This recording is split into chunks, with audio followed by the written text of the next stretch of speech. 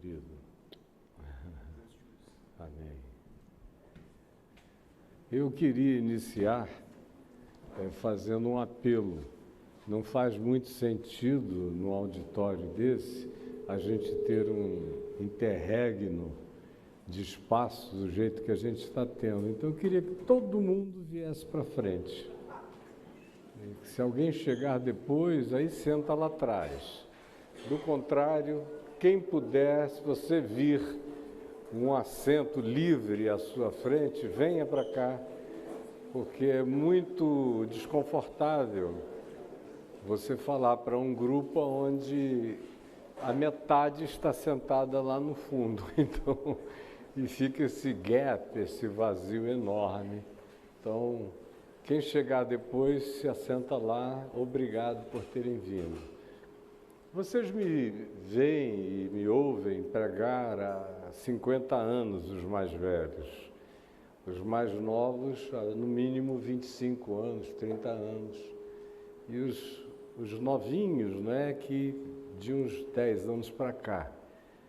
Então, o que eu pensei hoje foi em não pregar, porque quem liga e vai ao YouTube, ao meu canal, me assiste de terça a sexta, às vezes nos fins de semana. Então é uma quantidade de milhares e milhares de mensagens, não é por falta de mensagens bíblicas neotestamentárias que nós vamos ter qualquer tipo de deficiência hoje à noite. Eu recomendo a todos que façam isso. Eu queria falar um pouco de mim, do meu coração, e baseado no que Paulo diz em 2 aos Coríntios, no capítulo 3, quando ele afirma, no final do capítulo 2, que ele não andava como muitos, mercadejando a palavra de Deus, mas pelo contrário, era com sinceridade que ele falava da parte de Deus e na presença dos homens. E aí ele inicia o capítulo 3, verso 1, dizendo: começamos porventura a nos recomendarmos outra vez? E aí ele diz que não precisava de recomendação, que ele tinha uma vida, uma história atrás dele, de modo que ele não precisava de carta de recomendação para grupo nenhum, nem para ninguém, nem tampouco para eles próprios de Corinto, que tinham sido gestados e paridos no Evangelho, na fé e no crescimento, no início de qualquer maturidade, pelo apóstolo Paulo. E diz, além do que, vós sois a nossa carta viva, lida e conhecida por todos os homens. Sendo, pois, a nossa carta viva, ele diz, eu não preciso de nada, a não ser de recomendar às pessoas que olhem para vocês, ou que vocês mesmos se olhem no espelho e que se enxerguem. Porque se vocês se enxergarem, e se os outros enxergarem o que possa haver de evangelho em vocês, eu estou explicado para o mundo inteiro, a menos que o que vocês vivem não seja evangelho, e a menos que ao olharem-se, se autocontemplarem, vocês não vejam os traços do caráter de Cristo, que foi o que eu trouxe a vocês durante toda a minha vida. E é baseado nisso que eu quero conversar com vocês. Eu não sabia, até os meus 20 anos de idade, quando fui ordenado pastor presbiteriano, no dia 10 de janeiro de 1977, com 20 anos de idade, que meu pai, que era agnóstico, e antes de eu nascer ele tinha deixado o catolicismo já alguns anos antes e enveredado no agnosticismo, por total descrença no sistema religioso e também por tudo que ele tinha aprendido do pai dele, que era um indivíduo que praticava a espiritualidade do humano e gastou a vida toda dele cuidando do próximo. Comprou um hospital em inglês enorme, ele foi politicamente muita coisa. No Amazonas, por fim, veio a ser governador, mas largou tudo no ápice dessas conquistas, concluindo que ele não ajudaria necessariamente aos pobres através de mandatos políticos, mas quanto menos ingerência político-partidária ele tivesse, mais fácil era para ele ajudar o próximo. E aí comprou um hospital inglês, que tinha sido da Primeira Guerra Mundial, em Manaus, e passou a abrigar a família dele, que era grande, eram 13 filhos, ele perdeu 3, criou 10, e mais alguns outros 20, 30 filhos de criação, e uma quantidade enorme de doentes, de modo que na casa eles cuidavam de aproximadamente 120 a 180 pessoas doentes todos os dias, e alguns ficavam instalados lá por meses se recuperando. E ele largou tudo para morrer fazendo isso, e fez durante muitos anos.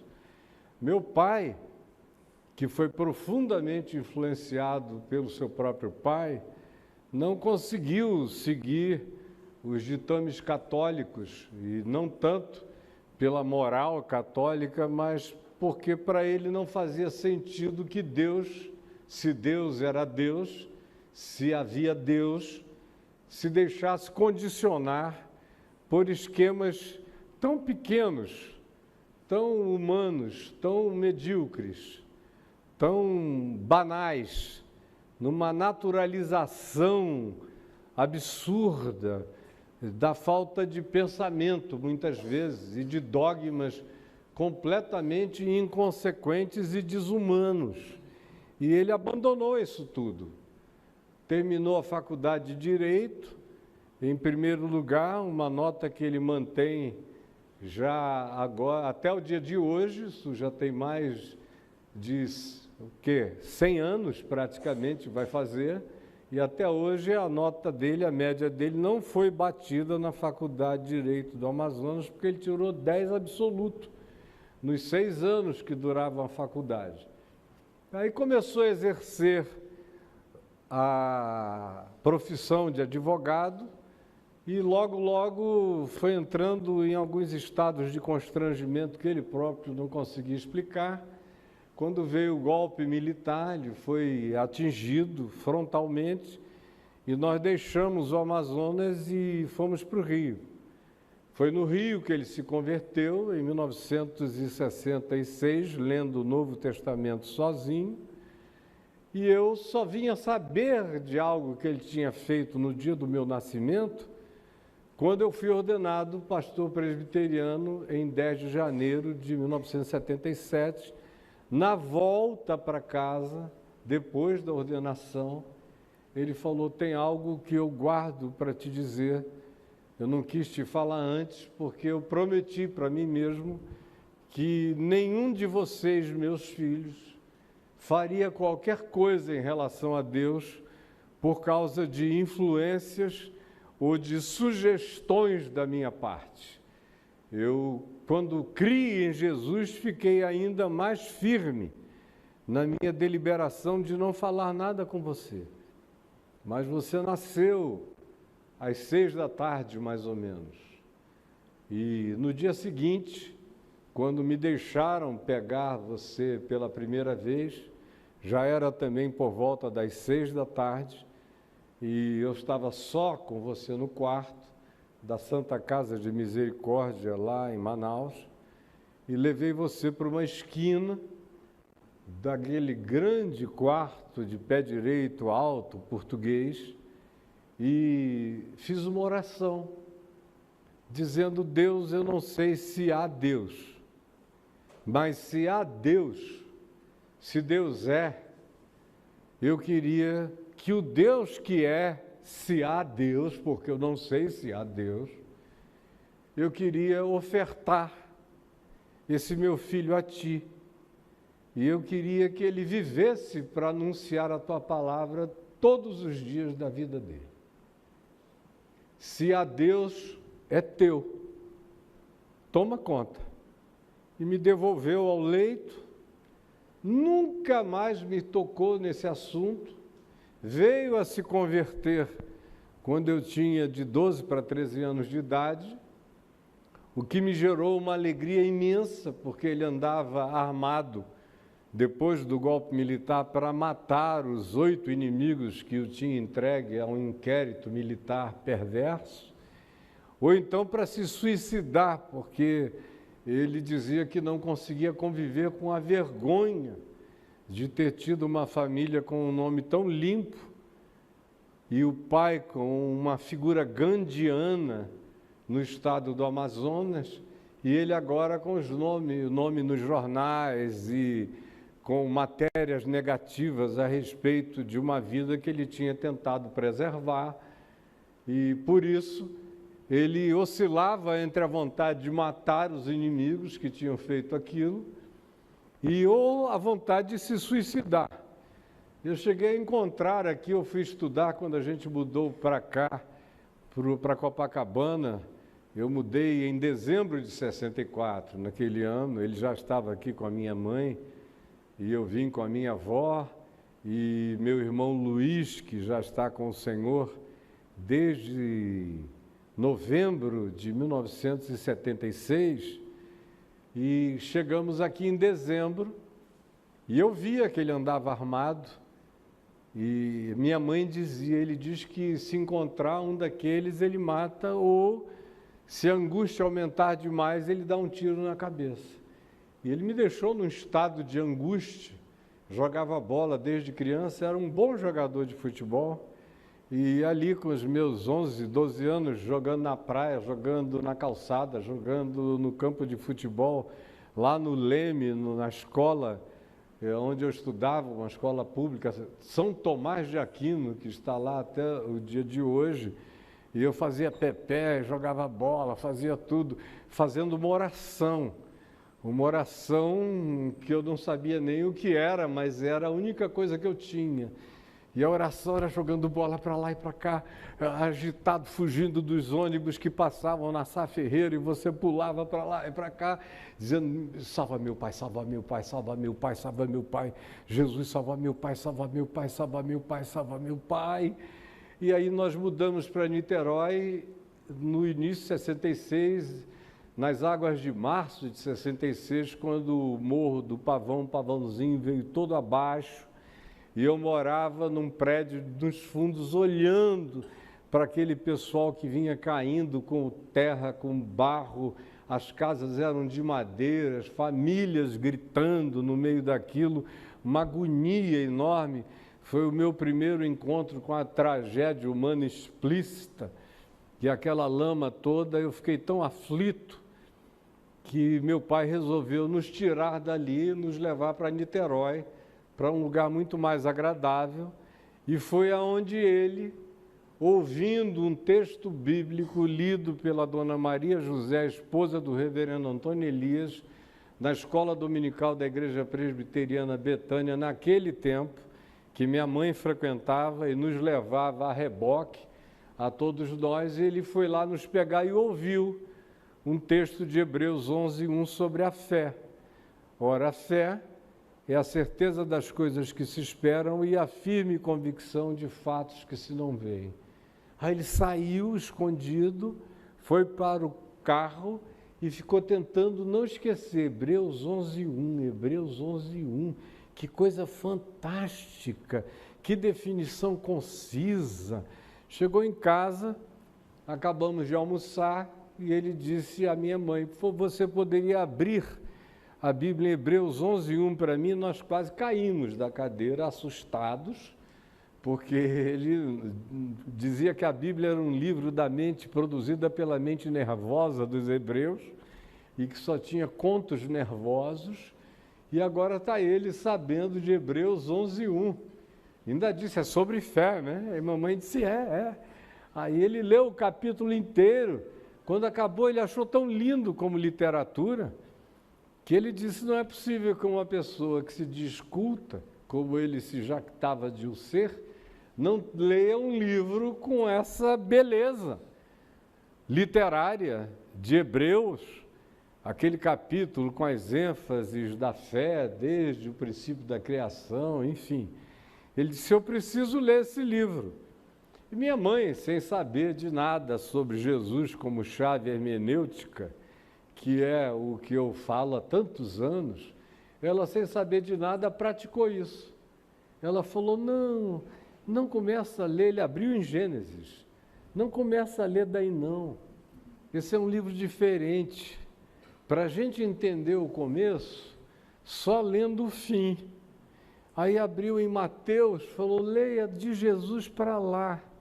Aí, quando você acabar, eu mostro como você deve ler o Velho Testamento. O medo dela é que ele engatasse nos primeiros mandamentos apedrejantes do Êxodo e do pessoal que, zeloso a Deus, traspassava os outros e, tomado pelo zelo do Senhor, mataram todos os inimigos de Moisés. Ele era aquele humanista e inveterado, e ela disse: ele não vai aguentar. No Levítico, então, ele bate de chega: prefiro o Código de Hammurabi ou qualquer outra coisa antiga, isso aqui é tosco demais.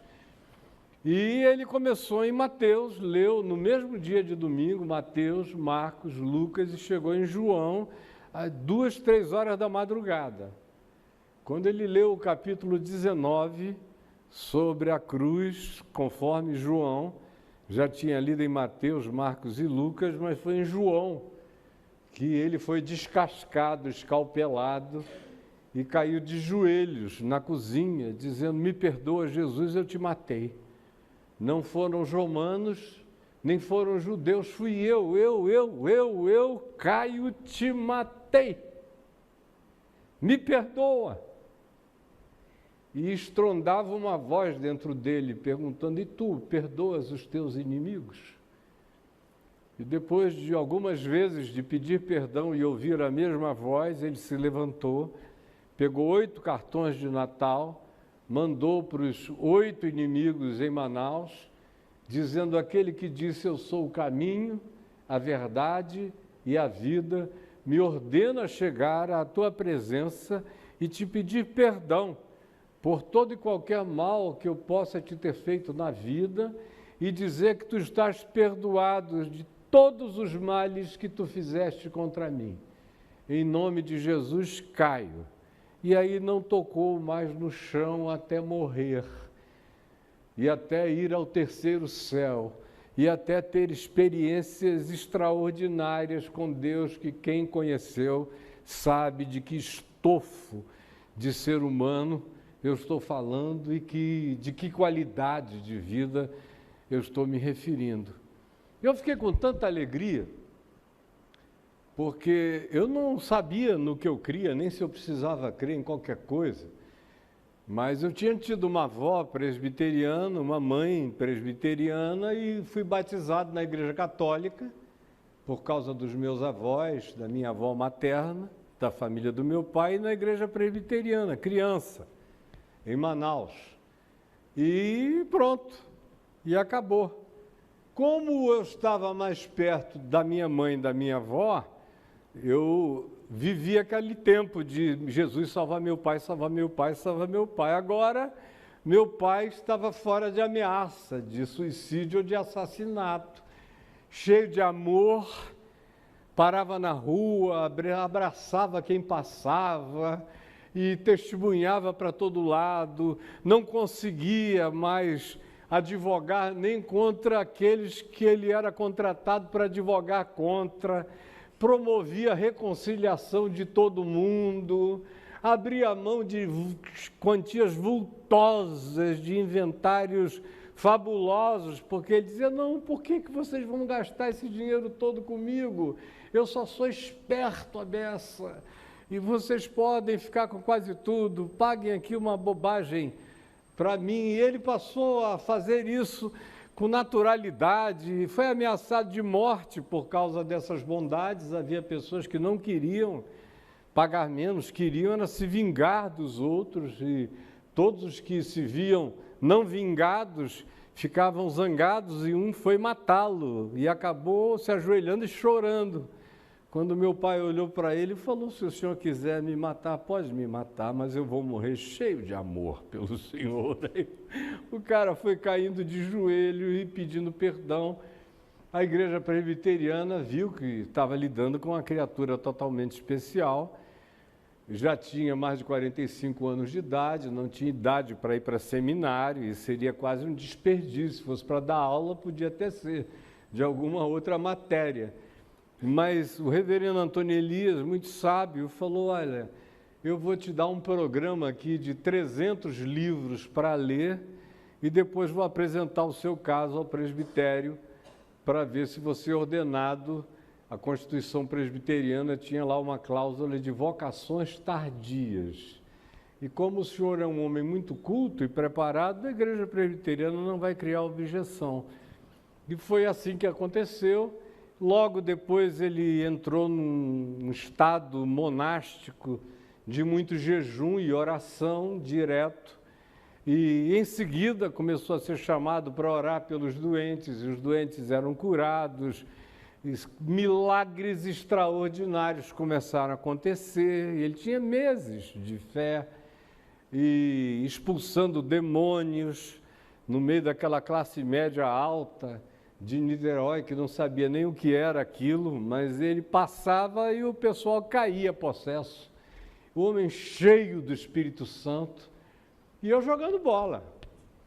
Até que um dia houve uma reunião de oração na igreja, e minha mãe pediu para eu ir, porque o reverendo Antônio Elias queria dedicar aquela vigília à gratidão pela conversão tão inusitada do meu pai, que era uma coisa meio agustiniana, meio Tomás de Aquiniana, era um negócio violento, e profundo, e culto, e amplo, e rico.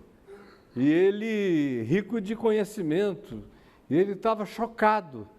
E aí lá fui eu, assim, meio chateado, me assentei à frente, e lá pelas tantas o reverendo Antônio Elias falou: eu queria pedir ao filho mais velho do Dr. Caio, o Caio Filho, que era amigo dos filhos dele, por causa do futebol, muito mais do que por causa da igreja, e para vir aqui à frente fazer uma oração.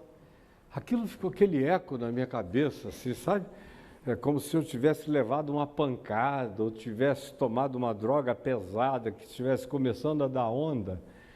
Eu fiquei assim, digo: o que ele está fazendo? Meu Deus, o que é isso? Venha cá, Caio Fábio. Aí eu fui e eu só sei dizer: Jesus salvou meu pai, né? Aí eu falei: Jesus, obrigado por ter salvo meu pai. Aí comecei a chorar, e entrei num transe. E orei, eu não sei quanto tempo. Mamãe diz que foi muito tempo. E eu não lembro de uma única palavra, parecia que eu estava falando em línguas, mas era português. E o povo chorando convulsivamente. Quando eu acabei, quando passou o transe, que eu abri os olhos, eu estava molhado, o reverendo Antônio Elias de joelho resfolegante, o povo todo ajoelhado, chorando, e eu, sem saber o que tinha acontecido, voltei, sentei. Minha mãe disse: meu filho, o Espírito Santo se derramou sobre você poderosamente. Aí eu falei: tá bom, então. Aí o reverendo, naquele mesmo dia, falou: quero convidar o Caio para vir pregar para nós domingo à noite, no nosso culto noturno da igreja. E eu com 13 anos, mal completos.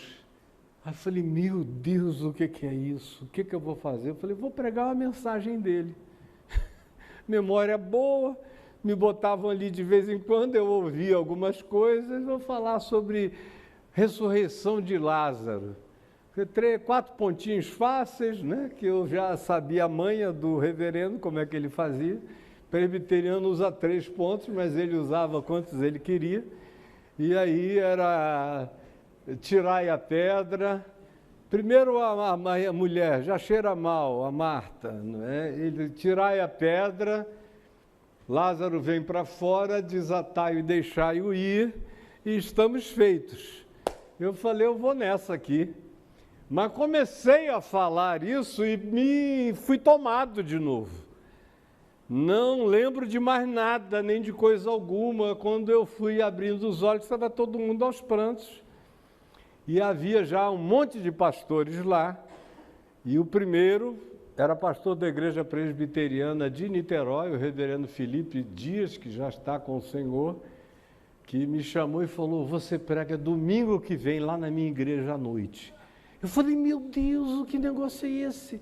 Aí veio o pastor da igreja wesleyana, que estava lá também, e falou, você prega na minha na próxima quarta-feira. Aí tinha um pessoal ligado ao doutor Acioli, que era o pai do Paulo Brito, e o doutor Acioli também naquele tempo era membro da Igreja Betânia. Ele falou, você vai pregar na minha reunião de segunda-feira. Me encheram a agenda durante 6 meses. Quando eu vi, eu estava em Macaé, na Igreja Metodista de Macaé, numa praça, que me disseram outro dia que está do mesmo jeito até hoje, com uma carinha antiga ainda. Preguei em igreja para todo lado. O doutor Jeremias Fontes disse, você vem aqui no S8. Aí lá ia eu, para lá e para cá. Digo, meu Deus, o que eu estou virando? E naquele tempo, tinha um pregadorzinho jovem chamado Emanuelzinho, que era o pregador da Bíblia, um garoto que com 8 anos foi levado ao Senado e pregou, e quando acabou o senador Miller, Filinto Miller, o pegou e o levantou e falou, garoto, tu és grande. Aí ele falou, não senhor, grande é só Jesus. Aí o senador o arriou. E eu tinha conhecido esse menino, porque tinha passado um fim de semana na minha casa, e eu fiquei morrendo de pena dele, porque ele queria jogar bola, ir lá para fora, e a mãe dele, a dona Yolanda, ficava dizendo, Emanuelzinho, vem jejuar, vem orar que você vai pregar hoje à noite, garoto. E o menininho ali, pálido, coitado, só queria jogar bola. Quando eu me vi na condição Emanuelzinha, com 13 anos de idade, eu falei, eu não vou virar Emanuelzinho de jeito nenhum, Deus me livre. E quando eu voltei de uma viagem dessas, eu acho que a Macaé ou um lugar assim, eu cheguei em casa e falei, ó, acabou, não vou mais, não vou perder minha juventude com esse negócio não, eu gosto é de bola, de mulher, de outras coisas, não sei o quê. Ó, se Jesus me quer, ele corra atrás de mim, porque eu não vou ficar dando moleza para os crentes não, chega. E aí não queria mais nem ir à igreja e, com efeito, parei de ir. Eu ia só para poder chegar na casa do Ricardo Boechat, que morava lá do lado, tinha um campo de futebol onde a gente jogava todo sábado e domingo. Mas para o culto mesmo, não. E com os meus amigos na cidade toda, futebol no centro e a meninada, as mulheres ao redor do interesse absoluto. As drogas começaram de todos os tipos muito cedo, com 13 anos, era muita metanfetamina e outras coisas mais. Eu não tenho nem paciência mais para falar sobre isso. E a maconha era o que de mais leve eu usava, o cigarro também, eu comecei muito cedo a usar isso tudo, para mim era natural. E gostava muito da noite, com 14 anos, ia para tudo que é balada, naquele tempo era outro nome, eram os bailes das casas, e muita menina, muita coisa diferente, enfim. Até que meu pai teve a visão de que Deus o chamava, um índiozinho, vinha numa canoa remando, ele estava 3 dias ou 4 jejuando, e aquele índiozinho chegou numa visão a ele e falou, volta para o Amazonas e prega para nós. E meu pai fechou os escritórios, fechou tudo, não quis nem o dinheiro que ele tinha a receber, doou tudo que tinha e voltou para o Amazonas para viver como pobre na periferia, com 2 salários mínimos de uma igreja presbiteriana das mais pobres da cidade. Aquilo me deu uma raiva, mas uma raiva, que eu disse, pelo amor de Deus, ele podia pelo menos ter pensado na gente, né? Porque eu gostava de viver aquela vida onde não faltava nada, e você podia fazer o que quisesse. De repente, tinha virado pobre. E saí de casa. A raiva foi tão grande que eu fui embora. E acabei voltando sozinho para o Rio, para Copacabana, e fui morar com Arthur Vigílio Neto, que foi senador, foi prefeito recentemente, está na política desde o tempo do avô dele, todos amigos da minha família, e aí, e depois com os Grace, treinando jiu-jitsu e andando atrás das meninas. Aquele período todo, até que eu entrei num estado de angústia muito grande, voltei para Manaus, depois que 33 amigos meus foram para a Ilha Grande, presos. Naquele tempo, na Lei de Segurança Nacional, quem quer que usasse, mesmo que fosse maconha, uma quantidadezinha, 2, 3 baseados mais grossos, já era incluído como traficante, e o destino era a Ilha Grande. E eu estava cheio de amigos lá, eu falei, não vou não, fugi para Niterói, fui para a casa do reverendo Antônio Elias, ficava treinando jiu-jitsu lá com o Carson Grace, em Caraí, e falei, não vou preso, só saio daqui de volta para o Amazonas. Aí volto, alguns anos depois, para casa, chego lá novo, mas rodado, cansado, com uma vontade de morrer enorme, e tive um encontro com Deus, de verdade, genuíno. E meu pai me perguntou, qual vai ser a coisa mais difícil para você agora? Aí, o que? Maconha? Naquele tempo se chamava bala de bolinha. É isso, é aquilo, é LSD, o que é? Eu digo, não, pai, é mulher mesmo, mulher, que é mulher aqui no Amazonas, as mulheres ávidas pulam em cima, parece pesca na Piracema, né? O barco vai se enchendo. Eu digo, é mulher que não acaba mais. Então, o meu problema vai ser esse. Para eu andar assim, como o senhor anda com Deus, vai ter que ser muita misericórdia de Jesus em relação à mulherada. Aí eu me controlar. E aí ele disse, então eu vou te ensinar a matar a carne. Eu falei, o quê? Lá no jiu-jitsu dos Grace não tem essa matéria da graça, né? E aí, como é que a gente mata a carne? Ele falou, você vai ler o Novo Testamento até sair pelos teus poros. Eu vou te ensinar o que aconteceu comigo. Você vai ficar tomado disso. E eu vou te ensinar a jejuar e orar.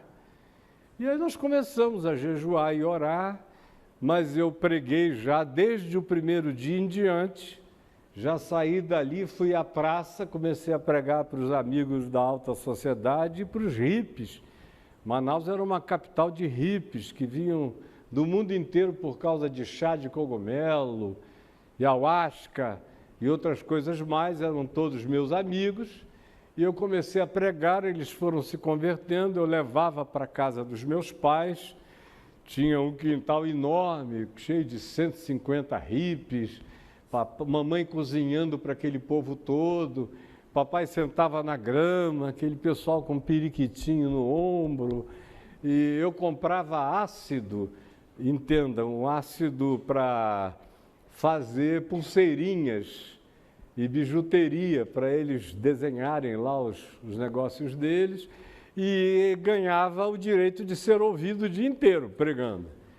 E aí depois as faculdades, as escolas começaram a me chamar. Meses depois eu estava na cidade toda, e nos jornais, e entrevistas, rádios, e aí fiz um evento, meu primeiro evento público, grande, evangelístico, e preguei 3 noites, não tinha nem um ano de convertido ainda.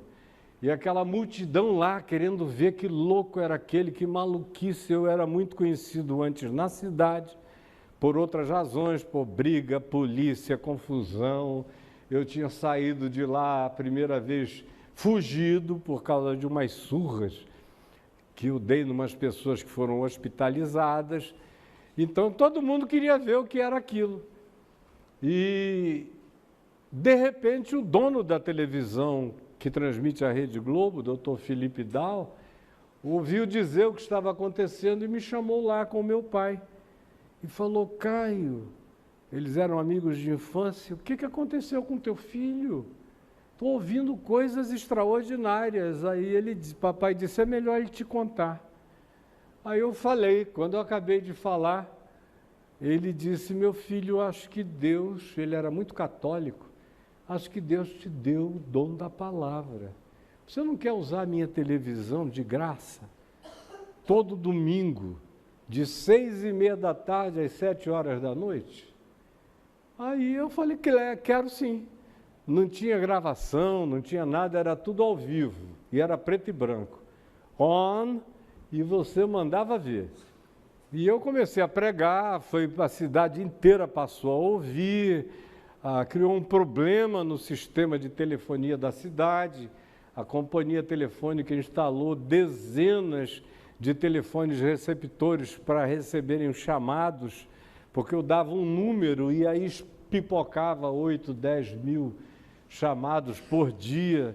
E aí treinei gente, até o pastor Alcibiades Vasconcelos, que era o presidente da Assembleia de Deus no Amazonas e veio a ser presidente da Convenção Geral das Assembleias de Deus do Brasil, era conselheiro lá, junto com o pastor Norton Reich Lages, batista, da Primeira Igreja Batista, todo mundo.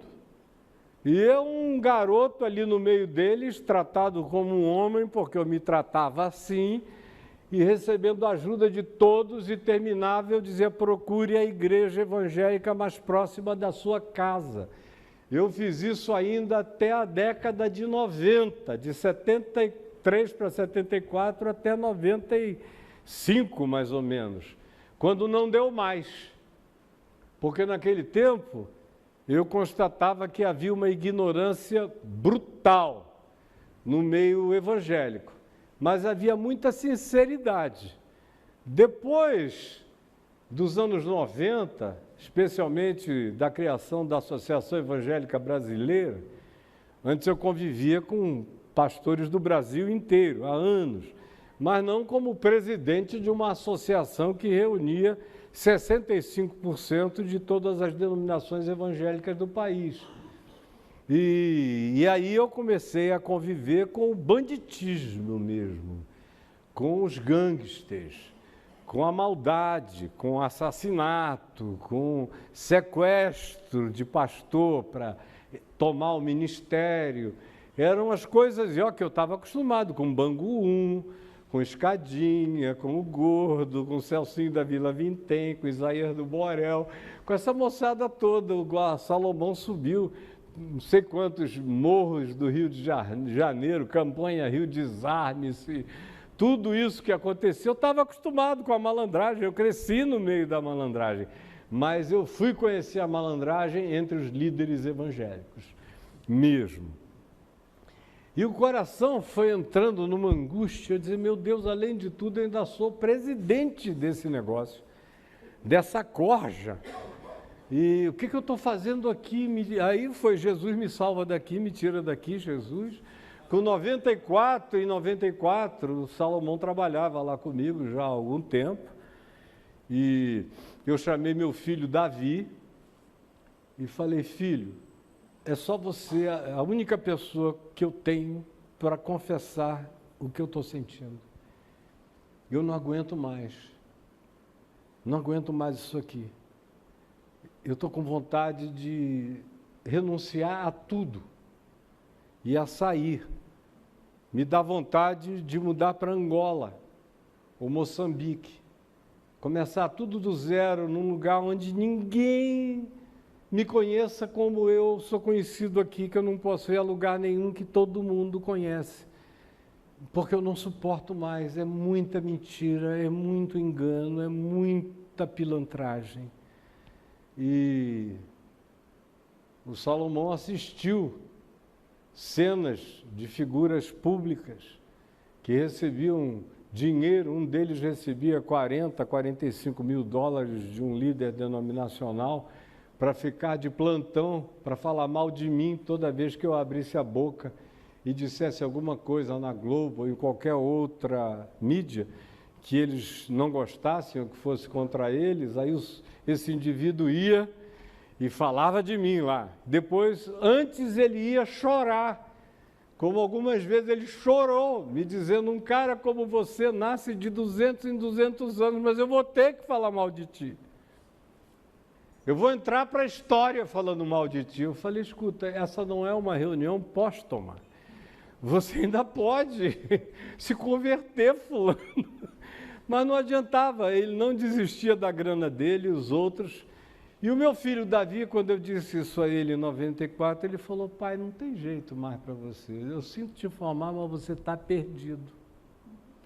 Você vai ter que ficar aí no meio dessa confusão, porque não tem saída. E o meu coração foi entrando num cansaço. Todo mundo estava vivo aqui em 95, mas nenhum de vocês suspeitava que nada disso estivesse acontecendo dentro de mim. Nem os que trabalhavam comigo. Mas eu estava numa dor, numa angústia insuportável. E os 3 anos seguintes foram horrorosos. O desânimo com aquilo tudo foi enorme. E eu fui sentindo que o meu coração piedoso, que tinha prazer na oração, no jejum, e às vezes eu ficava 5, 6 dias na floresta, jejuando, orando em silêncio. O Novo Testamento estava todo de cor na minha mente, os salmos, as porções inteiras dos profetas, o livro de Gênesis ou qualquer parte da Bíblia, eu sabia onde cada coisa estava. Dizia: pode ir no capítulo tal, está no verso tal, bota o dedo lá, em qualquer lugar, de qualquer lugar, eu tinha tudo aquilo dentro de mim, com amor. Aí, de repente, eu fui sentindo aquilo virar profissão. Eu aprendi a fazer. Eu era criativo, inteligente, tinha uma ótima memória, culto. Tinha lido muito, muito mais do que os meus amigos todos, de teologia e de tudo mais. Tinha passado tempo estudando fora, nos Estados Unidos. Entrei nos teólogos que mais me interessavam, os que eram menos lugar comum, menos teólogos e mais pensadores provocativos. E me enriqueci muito. E já vinha viajando para Israel desde os anos 70, de modo que eu tinha ido muitas vezes. A minha cultura bíblica, arqueológica, histórica, e tudo isso tinha aumentado enormemente, e convivia com arqueólogos excelentes. Então, os aparatos, os instrumentos da melhor formação estavam dentro de mim, mas eu tinha perdido a alegria.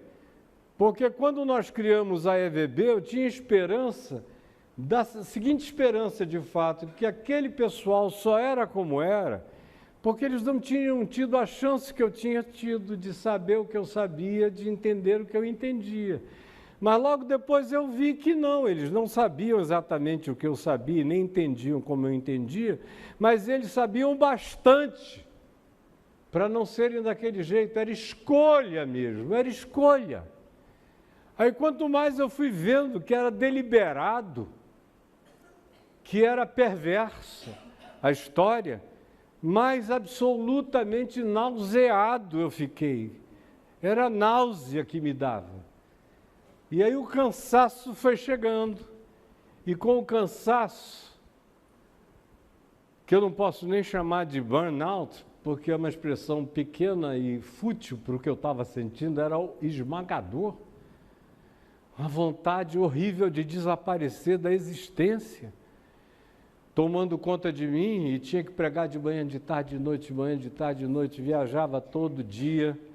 Salomão lembra que eu chegava lá, fazia reunião com diretoria, 11 horas eu estava num avião para algum lugar do Brasil ou para algum lugar do mundo, pregava à noite na Europa, voltava de madrugada para estar de manhã aqui nos Estados Unidos, eu ia toda sexta, voltava toda segunda noite, e pregação, e pregação, e pregação, e tristeza crescendo dentro de mim.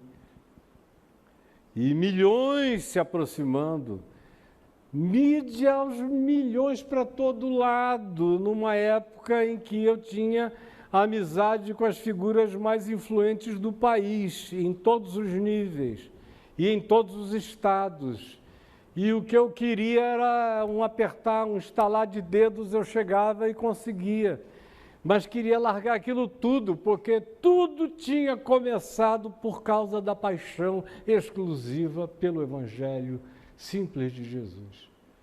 E agora, meu coração não aguentava lidar com o covil de assaltantes e com a maldade que eles instilavam no coração dos crentes na ignorância da maioria. E foi chegando e eu comecei a sentir as primeiras concessões sendo feitas dentro de mim. Eu nunca tinha traído minha mulher, nem em pensamento. E eu nunca fui apaixonado por ela. Eu casei missionariamente, casei para fazer uma obra missionária. Quando casei com ela, e ela sabia, era para salvá-la da família dela. Tivemos um casamento de 25 anos muito bom, 4 filhos maravilhosos, todos maravilhosos e queridos e amados, todos meus amigos, todos felizes. Mas eu comecei a fazer pequenas concessões dentro de mim.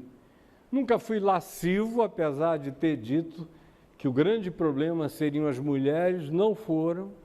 Fui provocado de tudo que é jeito durante aqueles 25 anos, batiam na porta dos meus hotéis, viajando por aí, eram as ofertas mais loucas que vocês não podem nem imaginar.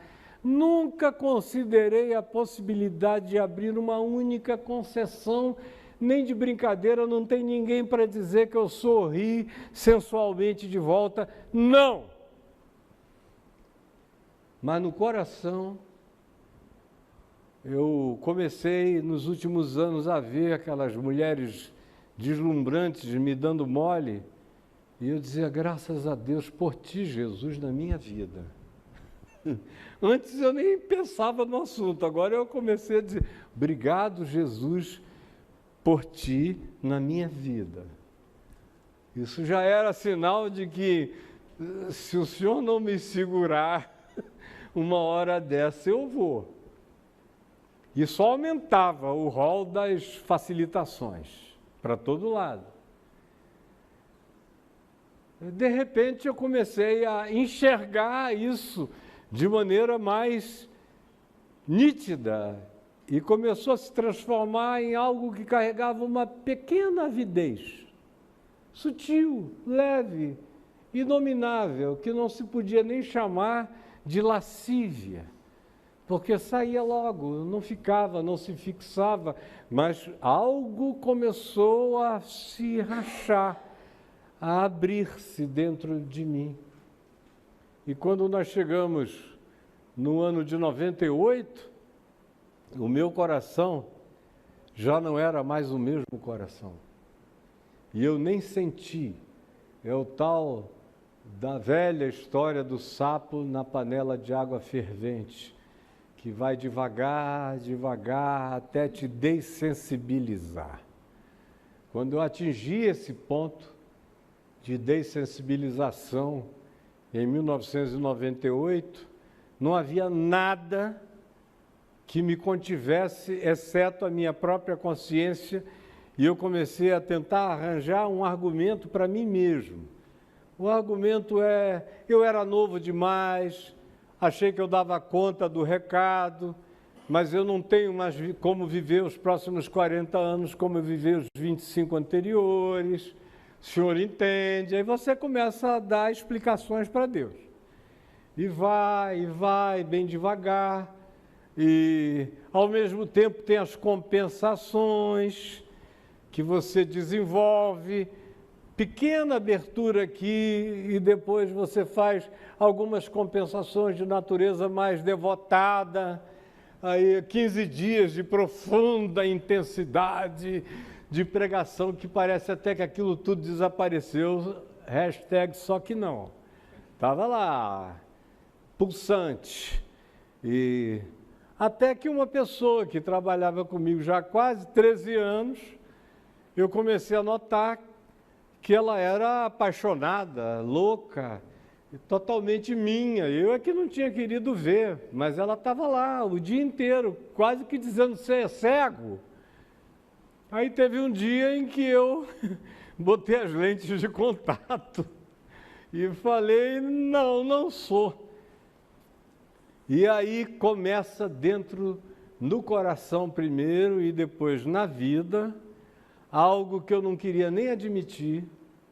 Quando eu admitia que eu estava interiormente fazendo concessões, que era uma questão de tempo, aquilo aconteceria, eu levava sustos, eu acordava aos prantos de madrugada. Antes de acontecer, dizia: me tira daqui, me leva, me mata. Eu tinha fibrilação atrial desde os 27 anos, vivia na UTI. Então, numa dessa me leva, que cria uma bolha na minha cabeça, uma embolia, e que eu morra, porque tirar a minha vida eu não tenho coragem, mas eu tenho pânico do que eu possa fazer contra mim mesmo, contra a minha família e contra o Evangelho que eu nasci para pregar. Foi. E aí a concessão foi feita. E aí, quando aconteceu, eu comecei a ver que eu não tinha a menor condição de viver a vida inteira na sombra, no engano, na dissimulação, na mentira, no faz de conta, que o Evangelho em mim não me permitia, que eu iria acabar atentando contra a minha própria vida se eu tentasse existir daquele modo. E eu fui vendo que, como a loucura e o pecado do próximo, no espírito do Salmo 73, quando você começa, de um lado, a abominar a iniquidade dos arrogantes e dos soberbos, e no Salmo 73 são todos crentes, aqueles aos quais o salmista se refere, era gente que ensinava ao povo, que bebia inclusive a largos sorvos do que eles tinham a dizer, era tudo gente do templo. Você começa a abominar e de repente não percebe que começa a invejar o pecado do outro. E lá no Salmo 73 o cara diz que escapou por pouco, né? O Asaf. Quase os meus pés se desviaram quando eu invejei o pecado dos ímpios. E os meus desviaram legal. Sim. Sem esqui, sem nada, ladeira abaixo. E eu querendo morrer. E cada vez mais autodestrutivo. E chegou uma hora que eu falei: eu não posso viver assim. Falei com um amigo meu. Ele disse: olha, o mundo vai acabar. Era mais fácil o Papa João Paulo II, que ainda vivia, falar que está apaixonado por uma irmã, uma freira, do que você. Os rigores serão menores do que contigo. Você profetizou demais, molestou todo mundo com a verdade do Evangelho. Tem muita gente que diz que te ama, te odiando de todo o coração, querendo uma oportunidade para pisotearem sobre a tua cabeça. Você está sabendo das consequências? Eu falei: eu estou, só que a alternativa é pior ainda. Sou eu comigo mesmo. Eu sou um adversário pior de mim mesmo do que o mundo inteiro contra mim. Eu não estou aguentando mais. Eu procurei a mãe dos meus filhos e falei a ela o que estava acontecendo.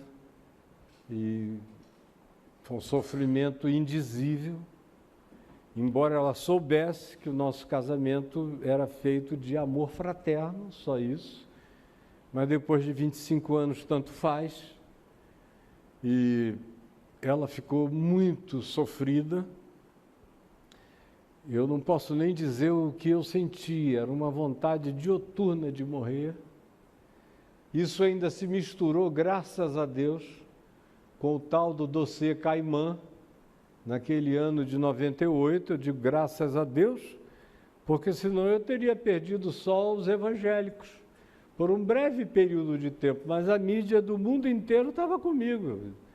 Do New York Times o que vocês não podem nem imaginar, na terra inteira eu tinha mídia, e aqui era amigo do João Roberto, do Zeca, Marinho, da moçada toda, não ia perder nada com as mídias que eu tinha, mas graças a Deus, pelo dossiê Caimã, que me arrebentou do lado de fora, e o que eu tinha dito à minha mulher me arrebentou do lado de dentro. Ela me pediu 3 meses de prazo para eu confessar para todo mundo, porque eu queria contar para o mundo inteiro de saída, logo ela pediu 3 meses para ela se preparar para o impacto. Eu fiz isso e quando eu escrevi uma carta que mandei para todo mundo, eu recebi uma quantidade enorme de telefonemas, e-mails, cartas de pastores lamentando não o que tinha acontecido comigo, lamentando que eu tivesse confessado. Caio, meu irmão, você já me ajudou em tantas. E eu sei que eu fui o proctologista daquela geração inteira. E não era só no Novembro Azul, não, era de janeiro a dezembro, era só o carinha ali, eu passando o dedo para ver, ó, dá para escapar, mano. Fui o proctologista de milhares de pastores e das suas esposas, e de pastor gay, de pastor com 2, 3 mulheres, e de pastor de tudo que é tipo, de todas as denominações. E eles diziam, por que você contou? Senão você teria escapado como eu, que estou ótimo. Eu falei, não, você não escapou, você só ficou mais cínico ainda. E eu não quero o teu sucesso como destino para mim. Eu prefiro viver as consequências da maior tragédia, mas se eu não perder a minha alma, se eu puder continuar não mercadejando a palavra de Deus, mas pregando o Evangelho com sinceridade, produzindo cartas vivas, testemunhos vivos da minha vida e ministério, em algum tempo, em algum dia, se o Senhor me atender com graça e houver ainda esse futuro para mim, eu espero esse dia chegar, mas quero esperar com integridade. E nos separamos, eu fui tentar viver com a pessoa em razão da qual aquilo tinha acontecido, que tinha sido a catalisadora do fenômeno psíquico muito mais profundo que havia em mim. Logo eu descobri que o que nos unia era sexo, sexo, sexo e sexo por 1000 gerações de intensidade sexual, mas nada além disso. E aí, na mesma hora, eu comecei a sentir saudade da pessoa que eu não tinha. E fui me separando no meio de uma dificuldade enorme para o fazer, não vou entrar em detalhes. E sofri. Dizer que é o pão que o diabo amassou está gostoso ainda, entendeu? Porque o negócio foi brabo, a perversidade da liderança evangélica não tem comparação. A perversidade no Congresso é brincadeira, no Congresso Nacional, em qualquer lugar, mas a dos crentes e pastores não tem igual. Aí eu vi aqueles caras que eu tinha ajudado a saírem de adultérios horrorosos, vários, irem para a televisão. Tinha um deles, um gago, que eu tirava, toda hora ele estava pegando, comendo alguém. Aí vinha da cidade dele para cá, para o Rio, chorar. Me ajuda, me ajuda. Eu tirei o cara daquilo não sei quantas vezes. Um dia eu ligo a TV, ele está lá, gaguejando e o reverendo não pode ser perdoado porque ele ajudou muita gente, mas não se incluiu. Só disse que depois de ter ajudado tanta gente, eu não tinha mais o direito a nada. E gente para todo lado, em todos os lugares. Eu encontrei com amigos queridos. Um deles eu ia saindo do aeroporto do Galeão e ele estava recebendo uma pessoa que vinha do campo missionário, com a igreja dele lá, acho que umas 40, 50 pessoas. Quando abriu a porta e tinha mídia me esperando, e ele também estava com o grupo dele, ele saiu gritando e chorando no meio daquela mídia. Caio, meu irmão, a tua vida acabou. Você devia mudar para a África, porque aqui nesse país você nunca mais vai poder abrir a boca, nem dos Estados Unidos, nem da Europa. Caio, meu irmão. E aqueles repórteres olhando para aquilo sem entenderem nada, porque o negócio deles era dossiê Caimã, eles lá queriam saber onde é que eu estava fazendo penetrações extraordinárias, de natureza nenhuma. E eu, com vergonha, tá bom, fulano, eu te ligo depois. E ele gritava e chorava, era um negócio extraordinário. Aí, os anos foram passando e eu sofrendo, fiquei 1 ano e pouco, quando eu comecei a sonhar com a mulher que hoje é minha mulher e eu não a conhecia. Sonhei com ela 3 vezes durante 9 meses.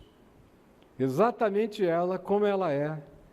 E ela chegava, me encontrava com a outra pessoa, não dava mínima, e dizia: eu vim enviada por Deus para te dar descanso.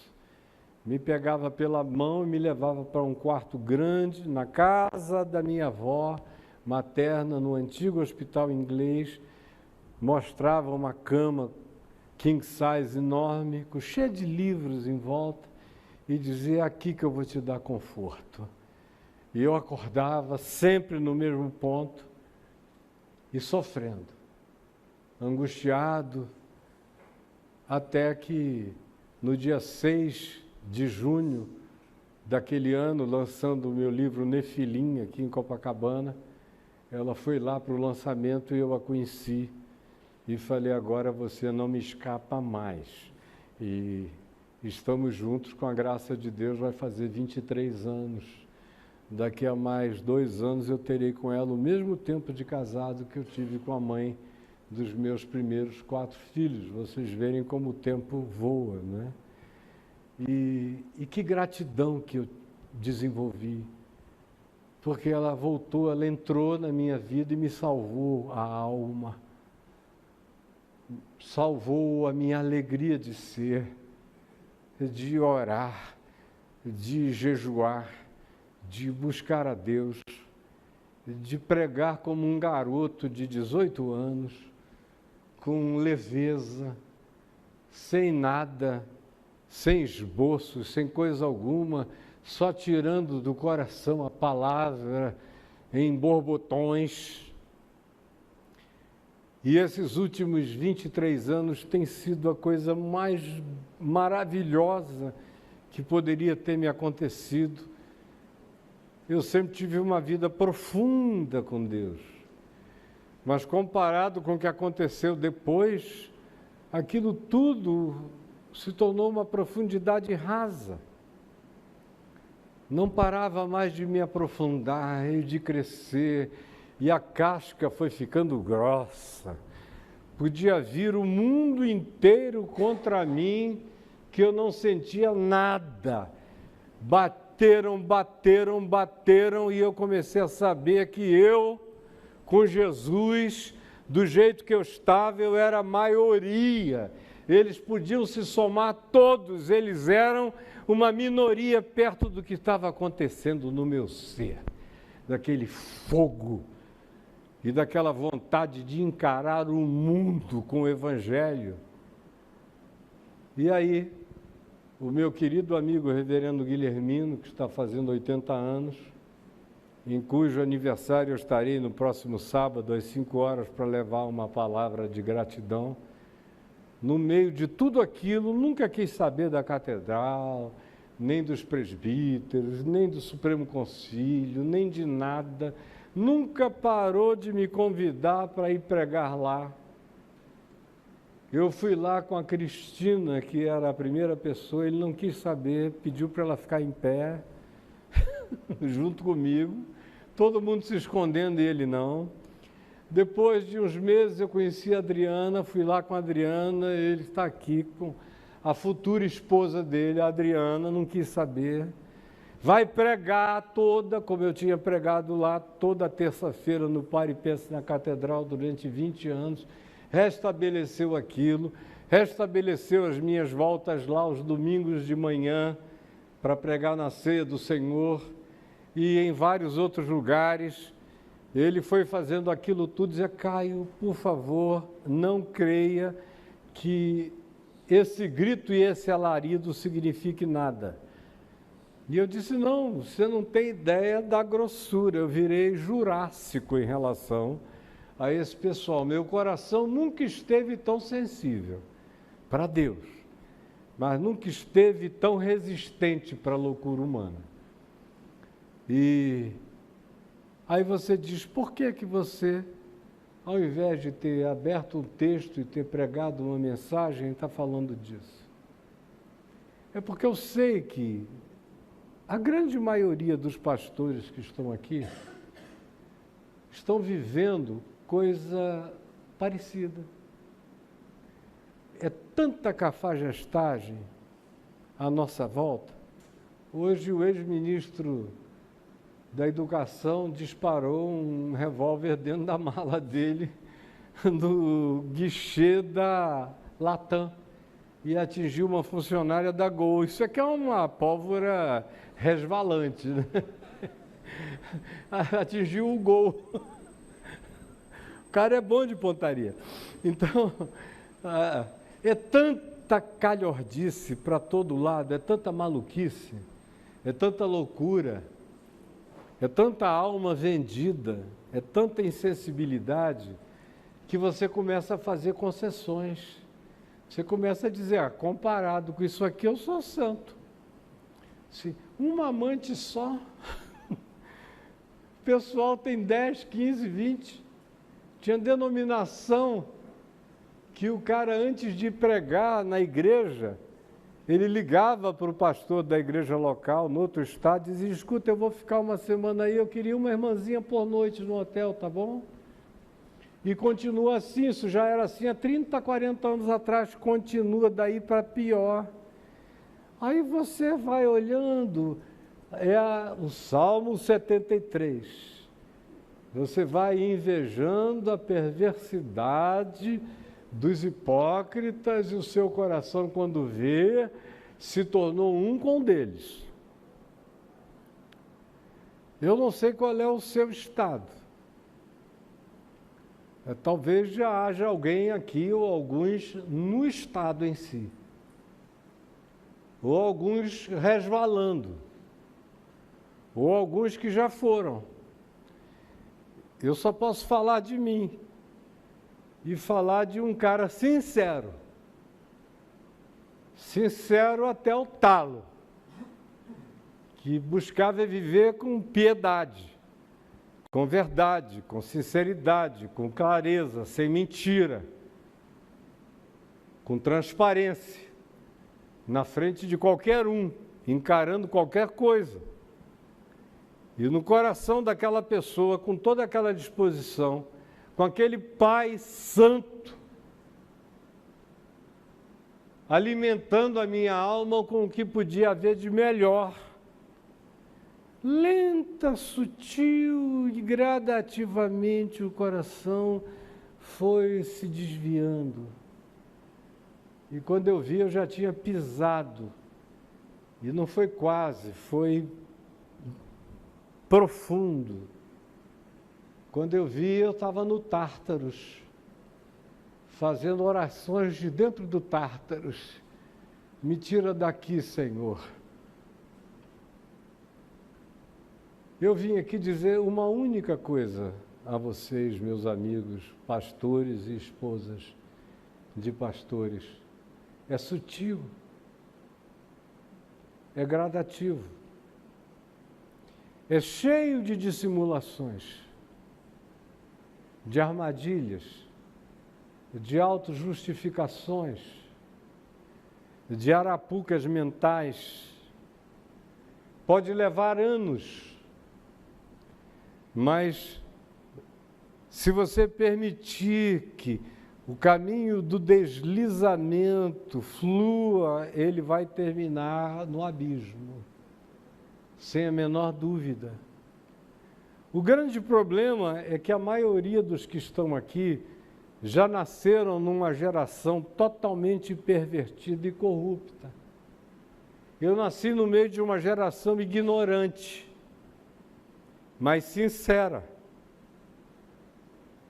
Vocês, infelizmente, já nasceram no meio de uma geração insincera e adúltera, e corrupta, e insensível, que já não sabe mais diferenciar certo do errado, aplaudem uma frase que Satanás diga e conclua em nome de Jesus, aleluia, a maioria aplaude. O estado dessa geração é incomparavelmente pior. E eu pedi a Deus que me desse a bênção de falar uma história pessoal, da maneira mais resumida que eu conseguisse, resumindo quase 30 anos em alguns minutos, para ver se o Espírito Santo nos dá a graça de que alguém ou alguns aqui se enxerguem, percebam onde estão e o que está acontecendo, e como isso é tão dissimulado, como é tão perversamente sutil, e como é tão devastadoramente enganoso. E quando você percebe, você está no quinto estômago do cachalote de Jonas. Ele tem 5 estômagos, você já está no quinto. Dizendo, será que um dia eu verei a tua face? E o Senhor tem sido misericordiosíssimo para comigo. Começou me dando uma mulher que veio me trazer descanso. Um descanso maravilhoso. Me levou um filho e me deu mais 3. Hoje são 6. Os dela se tornaram meus, os meus se tornaram dela. E eles todos se tornaram um só. Nunca fui tão feliz na vida. Nunca fui tão respeitado pelos que me respeitam. Até os inimigos que falam mal de mim não podem me ver na rua, que baixam a cabeça e atravessam, porque não têm coragem de me olhar nos olhos.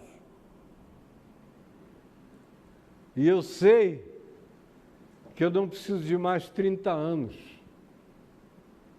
Eu sei que se eu viver mais 10, se eu viver mais 15, o que vai acontecer, vocês não têm ainda nem ideia do que vai acontecer.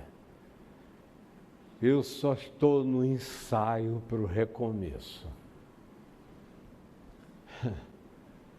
Agora virá numa profundidade e virá atingindo gente de uma qualidade como esse que orou por mim hoje aqui, e que atravessou o vale da sombra da morte também, chegou até aqui, encontrando alguém que lhe trouxe descanso, que é a companheira dele, numa história que eu conheço também muito bem, e de vários outros. Mas a minha esperança era de não chegar a abrir um texto e vocês irem embora para casa com um esboço e nada mais além de um esboço, sem nenhum olhar para dentro de si do coração. Mas daqui de onde eu estou vendo todo mundo absolutamente vidrado e intenso. Só veio 2 pessoas olharem para trás. Assim, quase do tipo, será que fulano está aí? Olhe para dentro do seu coração. Dá tempo de você ficar no quase e não resvalar de vez, porque a maioria dos que vão, não voltam. E quando voltam, voltam na fachada, mas não voltam com as entranhas, com o âmago, com a paixão. Hoje a minha paixão pelo Evangelho é muito maior do que quando eu tinha 18, 19, 20 anos. Hoje é um velho apaixonado. Eu tenho 180 anos de idade, de experiência de vida, de ministério, cheio de paixão, tomado de uma alegria que me toma conta todo dia, um prazer extraordinário. Eu não preciso de público nem de ninguém.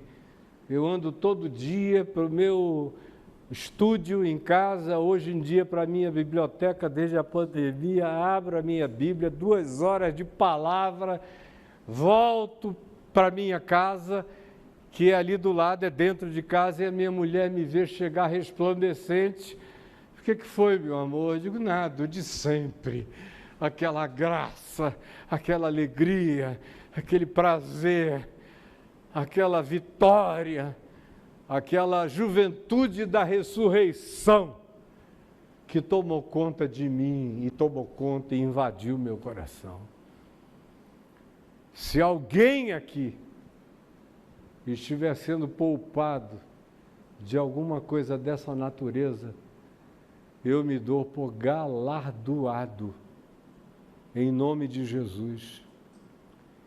E eu espero que você, sua esposa, que vocês olhem um nos olhos do outro, que vocês se recasem com o ministério, com Jesus, que vocês não brinquem de facilitação, de concessões, de pequenas negociações. Eles fazem muito pior do que eu.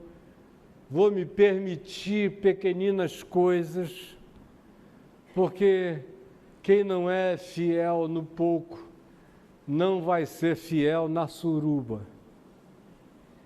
Vão se arrebentar geral e não tem escapatória.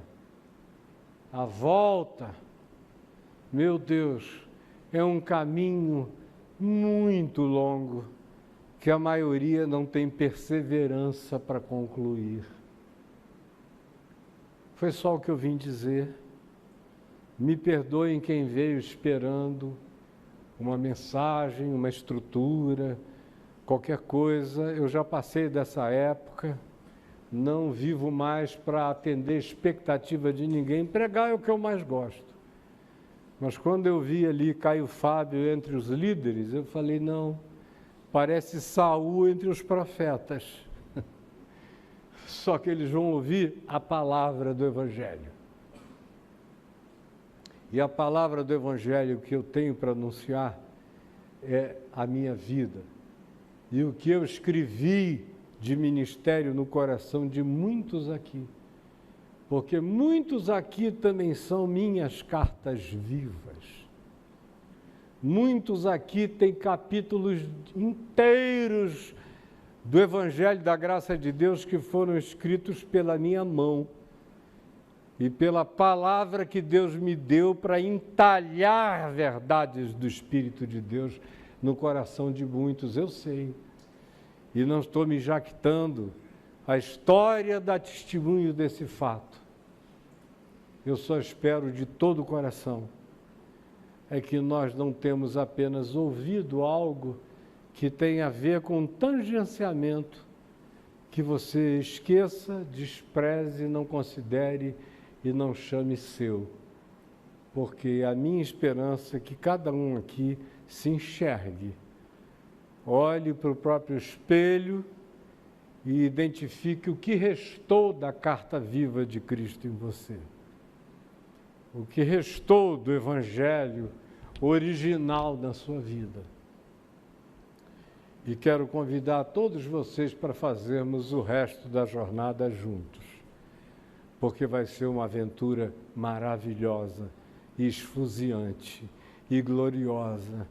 Tem uma nova geração se convertendo. Eu fico feliz de ver que o meu principal público hoje, e tem lá na soma de tudo que é plataforma e de gente que assiste em outras, tem mais de 2, 3 milhões de indivíduos entre 18 e 40 anos de idade, que não aguentam mais o que está acontecendo. Praticamente a segunda maior denominação do Brasil são os chamados, mal designados de desigrejados, que foram só aqueles que não suportaram mais a calhordice. Mais santos do que os que ficaram e toleram, muitas vezes. Essa moçada que no censo se diz evangélico sem religião, eles só não sabem dizer que eles tentam manter a espiritualidade de Cristo no coração. Mas cada vez mais estão chegando. Hoje já há milhares e milhares de grupos se reunindo nas casas, para todo lado, e eu não tenho tempo. Mas se eu tivesse mais 1 hora, eu iria lhes dizer que a única possível revolução do Evangelho nunca aconteceu nesses 1.700 anos de cristianismo, de Constantino para cá, porque nós perdemos completamente a noção do significado revolucionário da palavra do Evangelho, que até o IV século acontecia nas casas, relações pessoais, íntimas, profundas, irmanadas, geminadas, chifopoquifadas de tão íntimas que eram, e que produziram aquilo que de mais extraordinário se conheceu. Do contrário, se o cristianismo é o experimento, a gente com honestidade tem que dizer que Jesus não deu certo no mundo. Vamos ficar em pé, por favor.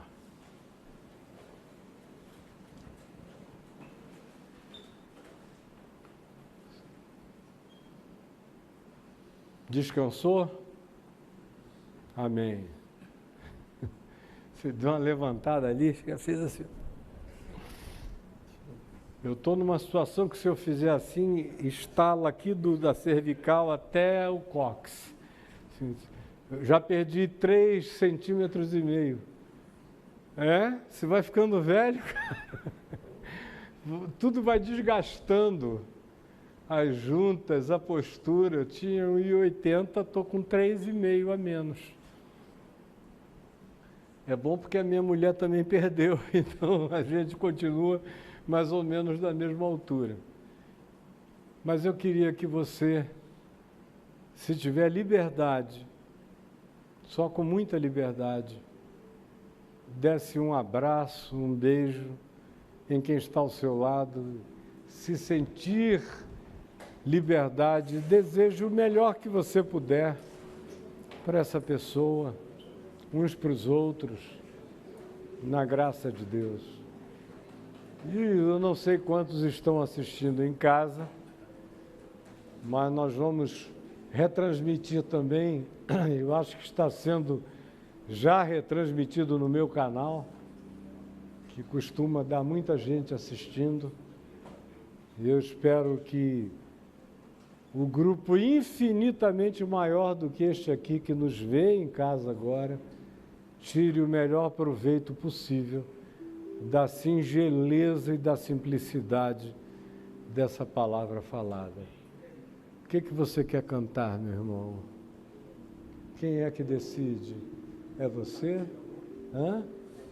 Podemos, eu quero voltar ao primeiro amor. Eu quero, eu quis, eu quererei sempre voltar ao primeiro amor, ao princípio de tudo, em nome de Jesus. Com muito amor, com muito carinho, com muita reverência uns pelos outros.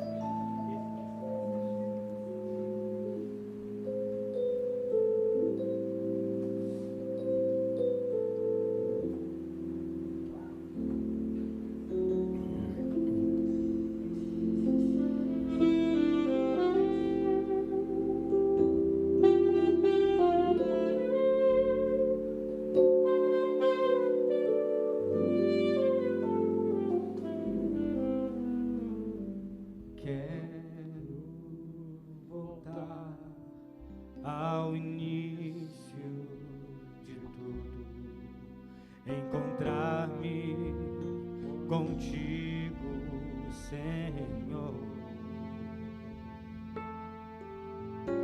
Quero rever meus conceitos e valores. Eu quero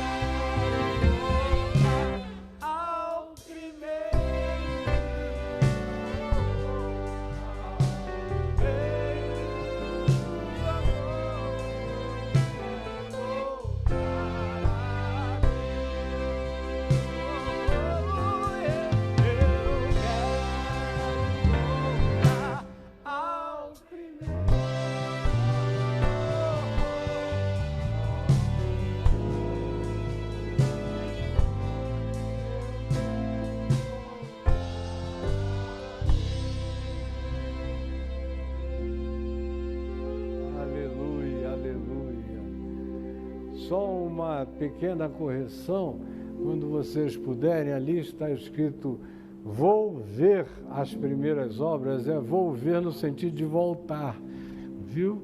Então é só corrigir ali, vou ver na volta. Agora, uma última coisa. Eu fiquei sabendo, há 4 meses atrás, uma história que me enterneceu muito o coração. Um primo meu, talvez meu melhor amigo, eu nasci com ele, cresci com ele. Ele hoje é um cristão, mas não é evangélico, ele só é de Jesus. Como a minha família inteira, por parte de pai, todo mundo é crente. Eles só não são de igreja evangélica, mas todo mundo é de Cristo e confessa isso. Ele esteve na minha casa outro dia, ele falou, tem uma coisa que eu quero te contar há tanto tempo. Você lembra naquele tempo que você roubava o carro do tio Caio?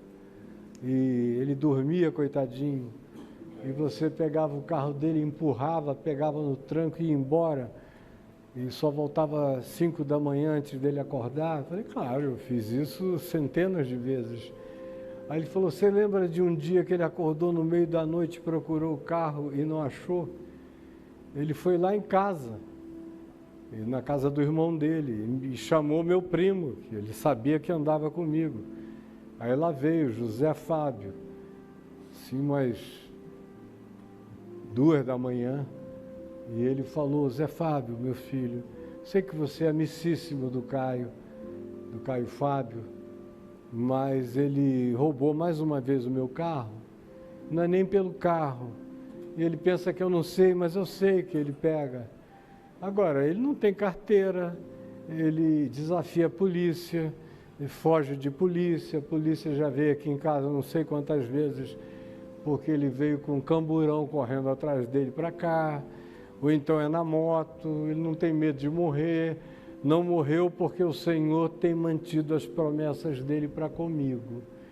Mas eu estou com uma sensação de que hoje à noite é diferente, que ele pode morrer hoje fazendo uma loucura.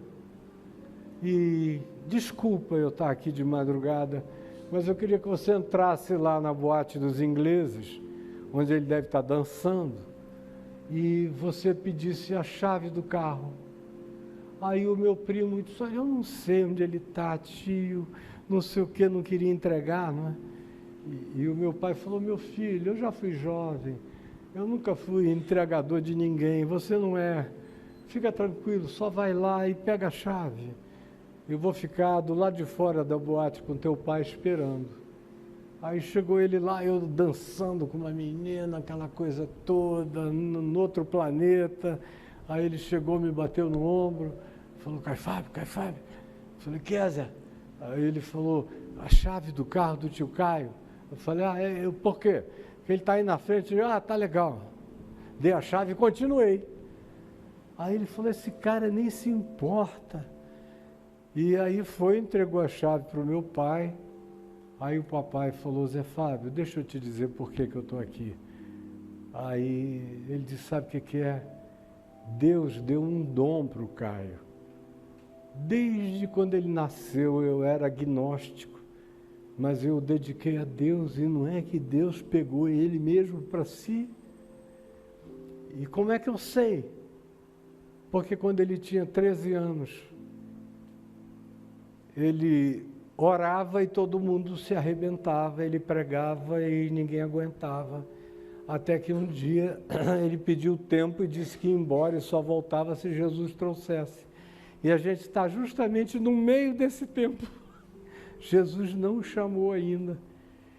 É minha missão mantê-lo vivo, porque ele tem dezenas de anos para viver, para pregar o Evangelho e para trazer milhões de pessoas a Cristo.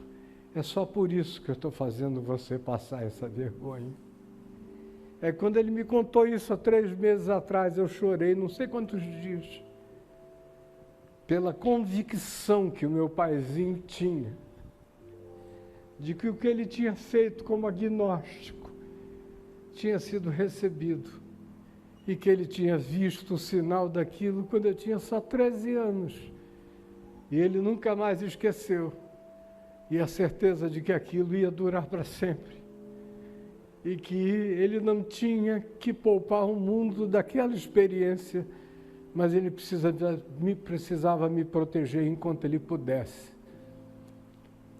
Papai foi, sem dúvida, a pessoa mais extraordinária e extravagantemente de Deus que eu já conheci na vida. O único cara que vivo me contou que foi ao terceiro céu. E me contou depois de 3 meses sem conseguir abrir a boca. Ele só chorava, chorava e chorava. Até que um dia eu consegui arrancar. Pai, pelo amor de Deus, me conta. Ele chorando disse, sabe o que o irmão Paulo falou lá em 1 Coríntios 12? Aí eu falei o quê? Que ele foi levado ao terceiro céu e ouviu palavras inefáveis, as quais não é lícito aos homens referir. Ele falou, pois é, ele estava enganado. Aí eu falei, por quê, pai? Ele falou, porque eu fui também. Há 3 meses atrás, dormindo aqui na floresta, eu fui. E ele estava enganado. Eu falei, como enganado? Ele disse, não é lícito referir. É lícito, filho. Só é irreferível. Por isso eu nunca vou tentar te contar, porque eu não quero jogar caca na glória. Não há expressão, não há vocábulo, não há código, não há nada para descrever. E a minha grande ansiedade, já sinto umas asinhas coçando aqui atrás, é subir e entrar naquela glória que me possuiu. É essa transcendência que morreu no coração de quase todo mundo. E se ela não for recuperada, a maioria de nós não aguenta o tranco. Mantenha o coração arrebatado. E aí você suporta tudo. Não fique olhando para essa calhordice. Olhando firmemente para Jesus, o autor e o consumador da nossa fé. E aí, meus queridos irmãos e irmãs, o coração fica imbatível, invencível e irrecuável, em nome de Jesus. Senhor Jesus, que essa palavra singela, simples, quase infantil, tenha entrado no coração de alguém ou de alguns aqui ou em qualquer lugar da terra e acenda o fogo da eternidade em nós. É o que eu te imploro, em nome de Jesus. Amém e amém.